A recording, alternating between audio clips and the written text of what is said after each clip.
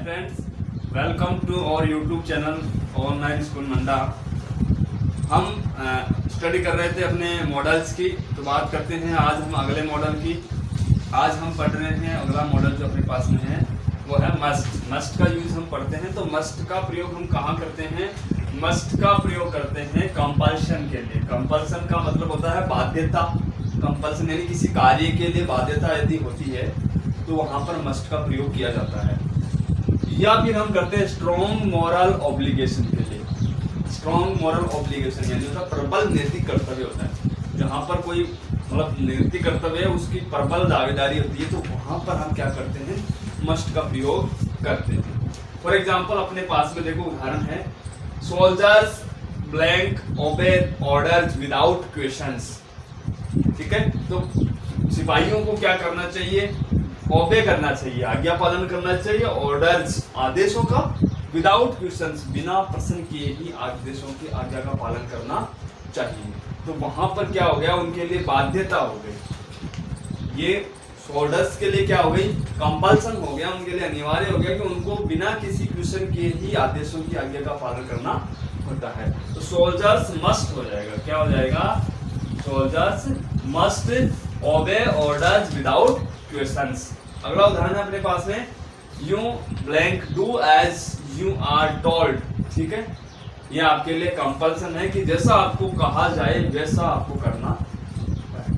तो you must do, आपको करना चाहिए जैसा क्या है आपको बताया जाता है। ठीक है, इसी प्रकार द पेशेंट, ठीक है, टेक मेडिसिन इन टाइम। तो पेशेंट को क्या करना चाहिए? दवाई है वो समय पर लेनी चाहिए।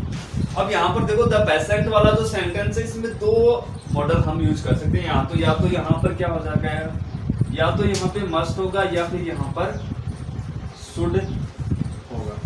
या तो क्या होगा? मस्ट होगा या फिर क्या होगा? शुड होगा।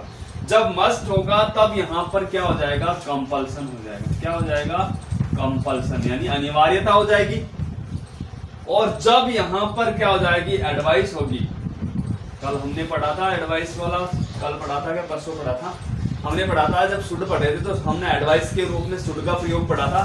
तो डॉक्टर क्या करता है? सलाह भी तो देता है। जब हमें कोई बीमारी हो जाती तो हम डॉक्टर के पास में क्या लेने जाते हैं?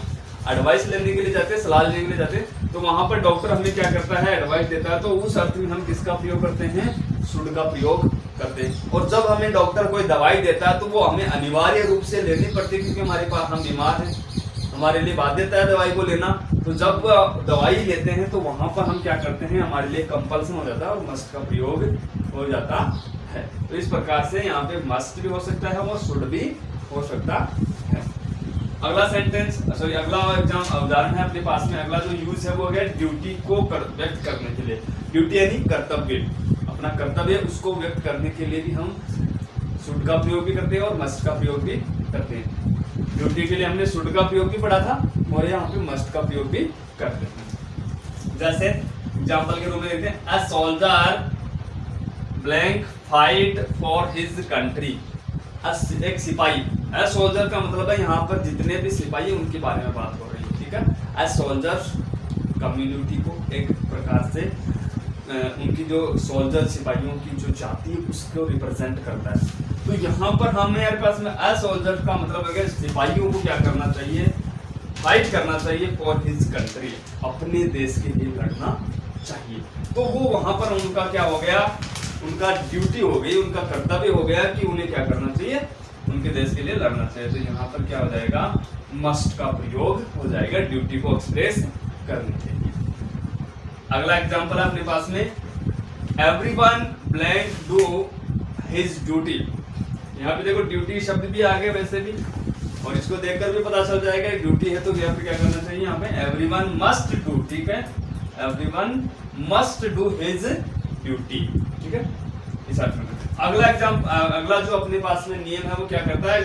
Fixed determination. फिक्स्ड डिटर्मिनेशन मतलब कोई अगर पक्का इरादा कर लेता है, ठीक है, तो उस पक्का इरादा को व्यक्त करने के लिए हम मस्ट का प्रयोग करते हैं। ठीक है, फॉर एग्जाम्पल अपने पास में उदाहरण है, आई blank have my money back.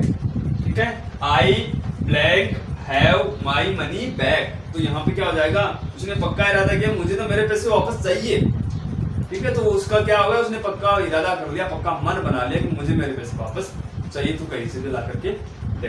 तो क्या हो जाएगा, I must have my money back. इसी प्रकार जैसे किसी ने यहाँ पे वी ब्लैंक गो, तो क्या हो गया, वी मस्ट गो, हमें जाना होगा, क्योंकि उन्होंने क्या कर लिया, पक्का इरादा कर दिया, तो वी मस्ट गो। अगला एग्जांपल है, you blank surrender yourself to her father, ठीक है, तो यहां पर क्या हो जाएगा, you must surrender yourself to her father. तो ये आपको क्या हो गया, मस्ट का प्रयोग हम फिक्स डिटर्मिनेशन के लिए करते हैं। तो अपने पास में हमने आज मॉडल के बारे में पढ़ा, मस्ट के बारे में। पहला यूज हमने पढ़ा कंपल्सन और स्ट्रॉन्ग प्रोबेबिलिटी के लिए, सॉरी स्ट्रॉन्ग ऑब्लिगेशन के लिए। दूसरा यूज हमने पढ़ने हैं ड्यूटी को एक्सप्रेस करने के लिए। तीसरा हमने पढ़ा है फिक्स डिटर्मिनेशन के लिए। अगला यूज इसका पढ़ते हैं हम आगे। देखिए बात करते हैं हम अगले नियम की, जो अगला जो अपने पास में मस्ट का नियम है उसकी बात करते हैं। तो देखते हैं क्या होता है, जो मस्ट का यूज करते हैं अगला वो होता है सर्टेनिटी को व्यक्त करने के लिए। सर्टेनिटी का मतलब था निश्चितता, सर्टेनिटी का मतलब क्या था, निश्चितता को व्यक्त करने के लिए, यानी कि कोई निश्चित नाम का भाव होता है किसी सेंटेंस में, कोई कार्य निश्चित रूप से होता है, तो उसको व्यक्त करने के लिए हम किसका प्रयोग करते हैं, मस्ट का प्रयोग करते हैं। For example, you blank finish the work by tomorrow, तो आपको अनिवार्य रूप से मस्ट कि निश्चित रूप से ये कार्य कल तक समाप्त कर देना चाहिए। तो क्या हो जाएगा, यू मस्ट मतलब कल तक समाप्त करना होगा, ठीक है। इसी प्रकार क्या हो जाएगा, we blank win this match, हमें ये जो मैच है वो जीतना चाहिए, तो क्या हो जाएगा, मस्ट का प्रयोग हो जाएगा। इसी प्रकार अगला जो यूज हम पढ़ते हैं वो क्या कहता है कि जहां पर स्ट्रॉन्ग लाइकलीहुड होती है, स्ट्रॉन्ग लाइकलीहुड का मतलब होता है संभावना, ठीक है।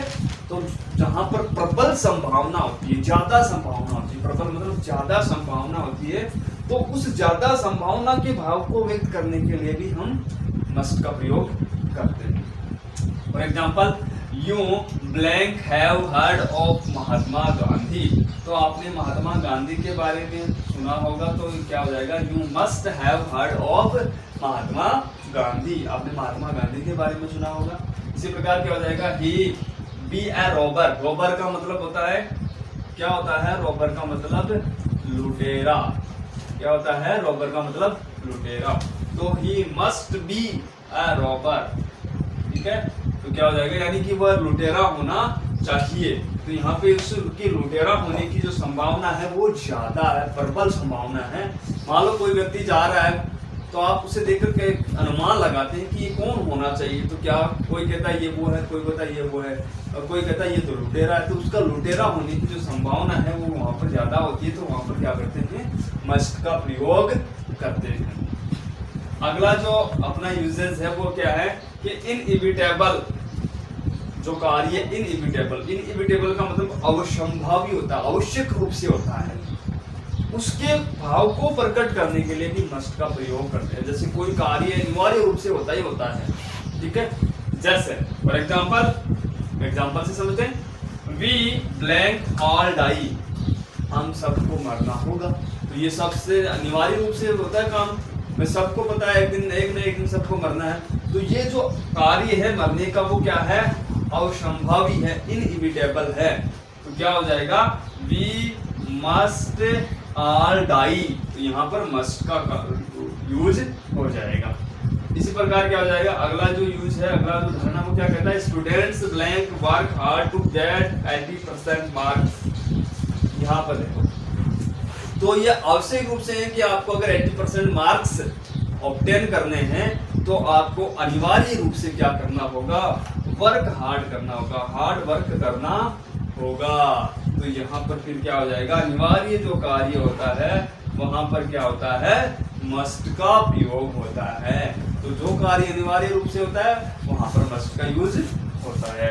तो आपको यदि आपको भी 80% मार्क्स ऑब्टेन करने हैं तो फिर आपको भी अनिवार्य रूप से क्या करना होगा, कठिन मेहनत करनी होगी। और उसके लिए आपको क्या करना होगा, ज्यादा से ज्यादा हमारे वीडियो को देखिए और ज्यादा से ज्यादा इसको शेयर कीजिए, ताकि आप भी मेहनत करें और आप देगा जो आप शेयर करेंगे तो देखेंगे वो भी क्या करेंगे, इससे मेहनत करेंगे। तो आपको मेहनत करने के लिए यानी 80% मार्क्स प्राप्त करने के लिए क्या करना पड़ेगा, ये कार्य करना पड़ेगा। और इस कार्य को करने के लिए आपको इस वीडियो को देखना पड़ेगा। इसके बाद में बात करते हैं इस नोट की। तो कल हमने 2000 रुपीज का नोट लगाया था, आज कितने का लगा लो, फिर से लगा लो, 2000 का नोट लगा लो। तो 2000 का नोट क्या कहता है, ये नोट कहता है कि ऑर्डर्स यानी आदेशों को और इंस्ट्रक्शंस यानी निर्देशों को के भाव को प्रकट करने के लिए भी मस्ट का प्रयोग किया जाता है। तो मस्ट का प्रयोग किसके लिए किया जाता है, ऑर्डर्स के लिए, या फिर इंस्ट्रक्शंस के भाव को प्रकट करने के लिए हम किसका प्रयोग करते हैं, मस्ट का प्रयोग करते हैं। तो यहाँ पर हम क्या करते हैं, यहाँ पे मस्ट का ऑर्डर्स के लिए और इंस्ट्रक्शंस के लिए हमने कल शुड का प्रयोग भी पढ़ा था, ठीक है। तो वहां पर इसका मतलब यहाँ पे मस्ट का प्रयोग भी होता है। तो मस्ट का प्रयोग कहाँ होगा, देखो एग्जांपल से समझते हैं। Employees blank be at the desk by 10 AM। Desk का मतलब होता है जो मेज होती है, ठीक है, मेज। तो देखो कोई भी कार्यालय होता है तो प्रत्येक कर्मचारी की अपनी स्वयं की मेज होती है, यानी एक टेबल होती है जहां पर एक कर्मचारी बैठ करके कार्य करता है। तो यहाँ पर एम्प्लॉय का मतलब क्या होता है, एम्प्लॉय का मतलब होता है कर्मचारी। जो कर्मचारी होता है किसी कंपनी का, उस कर्मचारियों के लिए क्या है कि उनके लिए ऑर्डर है, आदेश क्या है कि उनको 10 बजे तक अपनी मेज पर होना होगा। मतलब उनको अपनी मेज है कि उस पर 10 बजे तक आना होगा। तो यहाँ पर उनके लिए इंस्ट्रक्शन है, या फिर इसको बोल सकते हैं उनके लिए क्या है, ऑर्डर है। तो ऑर्डर और इंस्ट्रक्शन के लिए हम मस्ट का प्रयोग करते हैं। इसी प्रकार अगला जो एग्जांपल है वो क्या कहता है, वर्कर्स यानी जो कार्य करने वाले वर्कर्स, जो श्रमिक हैं, उनकी बात हो रही है। तो श्रमिकों को क्या करना, बी एट देयर ड्यूटी, श्रमिकों को अपने कार्य पर होना होगा ऑन नेक्स्ट मंडे, अगले सोमवार तक श्रमिकों को अपने कार्य पर आना होगा। तो वहां पर उनके लिए इंस्ट्रक्शंस है और इनके लिए ऑर्डर्स है। तो यहाँ पर क्या हो जाएगा, फिर मस्ट का प्रयोग हो जाएगा। इस प्रकार से अपना जो मस्ट का जो यूजेज है वो कंप्लीट हुआ। अब बात करेंगे हम अपने, देखो मस्ट और इससे पहले वाले जो मॉडल्स है वो सारे के सारे अपने सिलेबस में। इसके बाद में हम पढ़ेंगे नीड और डेयर, जो कि बहुत कम आपके एग्जाम में आते हैं, लेकिन फिर भी हमें आपको उनको बताऊंगा। बात करते हैं अगले मॉडल्स की। देखिए अब बात करते हैं हम नीड और डेयर की। तो नीड का प्रयोग कहाँ करते हैं, नीड का प्रयोग हम कहाँ करते हैं और डेयर का प्रयोग हम कहाँ करते हैं। पहली बात तो यह है कि नीड और डेयर जब हम पढ़ते हैं तो नीड और डेयर क्या होती है, मेन वर्ब भी होती है और क्या होती है, हेल्पिंग वर्ब भी होती है। नीड और डेयर है वो मेन वर्ब भी होती है और हेल्पिंग वर्ब भी होती है, ठीक है। जब नीड है, नीड का प्रयोग हम करते हैं तो नीड का प्रयोग आवश्यकता होना या पढ़ना के अर्थ में, आवश्यकता नीड यानी आवश्यकता होती है, नीड का प्रयोग हम आवश्यकता होना या पढ़ना के अर्थ में मेन वर्ब के रूप में करते हैं। तो वहां पर नीड का प्रयोग सिंगुलर भी होता है और प्लूरल फॉर्म में भी होता है, यानी कि एक वचन के रूप में भी होता है और बहुवचन के रूप में भी होता है। कब, जब नीड मेन वर्ब के रूप में प्रयोग की जाती है। जैसे एग्जांपल से समझते हैं, ही नीड्स माय हेल्प। यहाँ पर देखो नीड्स है, वर्ब कैसी है, सिंगुलर है, सिंगुलर वर्ब है। क्यों है, क्योंकि अपने पास में कर्ता भी किस प्रकार का है, सिंगुलर सब्जेक्ट है। कैसा करता है, सिंगुलर सब्जेक्ट है ही, तो वर्ब भी सिंगुलर ही आएगी, क्योंकि यहाँ पर नीड है वो मेन वर्ब के रूप में कार्य करती है। जैसे ही नीड्स माय हेल्प, उसको मेरी मदद या सहायता की आवश्यकता है। तो यहाँ पर ये नीड क्या है, मेन वर्ब है, तो यहाँ पर ये सिंगुलर रूप में हो गई। अगले एग्जांपल से समझते, देखो अगले एग्जांपल में क्या है, प्लूरल सब्जेक्ट है, प्लूरल सब्जेक्ट है और यहाँ पर फिर वर्ब भी कैसी है, वर्ब भी प्लूरल वर्ब है। इसका मतलब नीड का प्रयोग सिंगुलर भी होता है और प्लूरल के रूप में भी होता है। तो they need to do their homework, उनको अपना गृह कार्य करने की आवश्यकता है। इसी प्रकार देखो, आई नीड अ बुक, मुझे एक पुस्तक की आवश्यकता है। तो नीड का प्रयोग आवश्यकता होना या पढ़ना के अर्थ में मेन वर्ब के रूप में सिंगुलर और प्लूरल दोनों फॉर्म में होता है। अगली बात करते हैं नीड की। जब नीड का प्रयोग हम हेल्पिंग वर्ब के रूप में करते हैं तो वो कहाँ कैसे यूज होता है? नीड नॉट या नीडंट के रूप में होता है। जब हेल्पिंग वर्ब के रूप में नीड का प्रयोग करते हैं तो ये निगेटिव आइडिया को, नकारात्मक विचार को प्रकट करती है। कौन? नीड नॉट या नीडंट है, वो नकारात्मक विचार को प्रकट करती है। और जब इनका प्रयोग हम हेल्पिंग वर्ब के रूप में करते हैं तो याद रखना, ये हेल्पिंग वर्ब के रूप में नीड का प्रयोग करते हैं तब ये प्लूरल फॉर्म में होती है, चाहे कर्ता एक वचन हो चाहे कर्ता बहुवचन हो। यानी कर्ता सिंगुलर होने पर भी हेल्पिंग वर्ब के रूप में नीड का प्रयोग प्लूरल फॉर्म में होता है, और चाहे कर्ता सिंगुलर हो तो भी प्लूरल फॉर्म में होता है, और कर्ता प्लूरल होता है तो भी प्लूरल फॉर्म में ही होता है। एग्जांपल से समझते हैं। I need not go there, तो यहाँ पे आई को प्लूरल सब्जेक्ट माना गया है। तो यहाँ पे देखो आई के साथ में क्या आया है? प्लूरल वर्ब ही आई है। तो आई नीड नॉट, नॉट हमेशा किस में लगता है? हेल्पिंग वर्ब में लगता है। तो आई नीड नॉट, और यहाँ पे मेन वर्ब ये गो है। तो I need not go there, मुझे वहां जाने की आवश्यकता नहीं है। नकारात्मक विचार को प्रकट कर रहा है, तो मुझे वहां जाने की आवश्यकता नहीं है। ही नीड नॉट कम हियर, तो देखो यहाँ पे ही सिंगुलर सब्जेक्ट है, लेकिन यहाँ पर वर्ब कैसी हो रही है? प्लूरल वर्ब यूज हो रही है। जो हेल्पिंग वर्ब हो रही है वो प्लूरल वर्ब हो रही है। इसका मतलब ये हेल्पिंग वर्ब है, तो यहाँ पर कर्ता का कोई फर्क नहीं पड़ रहा है। तो ही नीड नॉट कम हियर, तो नीड नॉट का क्लियर है। आगे बात करते हैं डेयर का। डेयर का यूज हम कहाँ करते हैं? वैसे भी आप देखते हैं डेयर का मतलब क्या होता है? डेयर का मतलब होता है किसी की हिम्मत होना, साहस होना। तो जब कभी भी हम डेयर का प्रयोग मेन वर्ब के रूप में करते हैं, हिम्मत होना या साहस होने के अर्थ में, तब वहां पर हम डेयर का प्रयोग सिंगुलर और प्लूरल दोनों फॉर्म में करते हैं। ठीक है, तो अब समझते हैं इसको उदाहरण से। देखिए अपने पास में जैसे उदाहरण है, he dares to oppose his father. He dares to oppose his father. Dare का मतलब आपको पता है, हिम्मत होना और साहस होना। ओपोज का मतलब होता है विरोध करना। ठीक है, विरोध करना। ओपोज का मतलब क्या होता है? विरोध करना। तो उसने अपने पिता का विरोध, या वह अपने पिता का विरोध करता है, या उसकी अपने पिता का विरोध करने की हिम्मत होती है। इस प्रकार से इसका हम अर्थ निकालते। तो ही सिंगुलर है, इसके साथ में वर्ब भी कैसी आई है? सिंगुलर। अगला उदाहरण देखते हैं।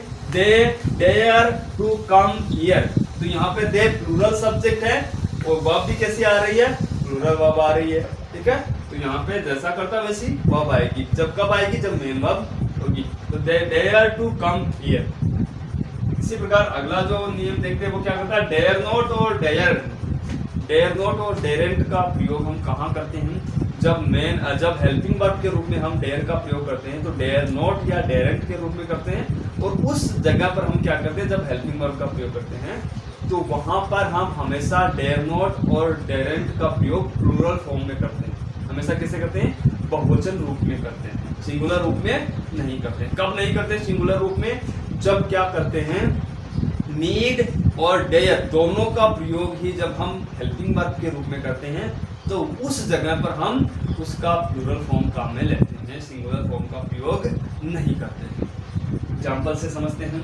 अपने पास में जैसे एक एग्जाम्पल है, आई प्लूरल सब्जेक्ट है और डेयर प्लूरल वर्ब है, प्लूरल सब्जेक्ट है और प्लूरल वर्ब है। तो देखो, I dare not go there, मेरी वहां जाने की हिम्मत नहीं होती है। I dare not go there, मेरी वहां जाने की हिम्मत नहीं होती है।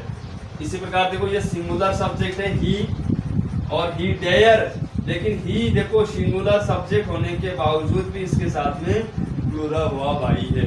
इसका मतलब ये डेयर जब हेल्पिंग वर्ब होती है तो इस पर सब्जेक्ट का कोई फर्क नहीं पड़ता है, ये प्लूरल फॉर्म में ही आती है। तो he dare not oppose his father, उसकी अपने पिता का विरोध करने की हिम्मत नहीं होती है। तो उस अर्थ में हम क्या करते हैं? डेयर नॉट का प्रयोग करते हैं। क्लियर है? आई होप आपको हमारा वीडियो समझ में आ रहा है। यदि आपको हमारा वीडियो समझ में आता है और आपको यदि 80% से ज़्यादा मार्क्स प्राप्त करने या 90 अप्रोच करना है तो आप हमारे वीडियो को लाइक कीजिए, शेयर कीजिए और सब्सक्राइब कीजिए ताकि आप अपने गोल को प्राप्त कर सके। Thank you for watching.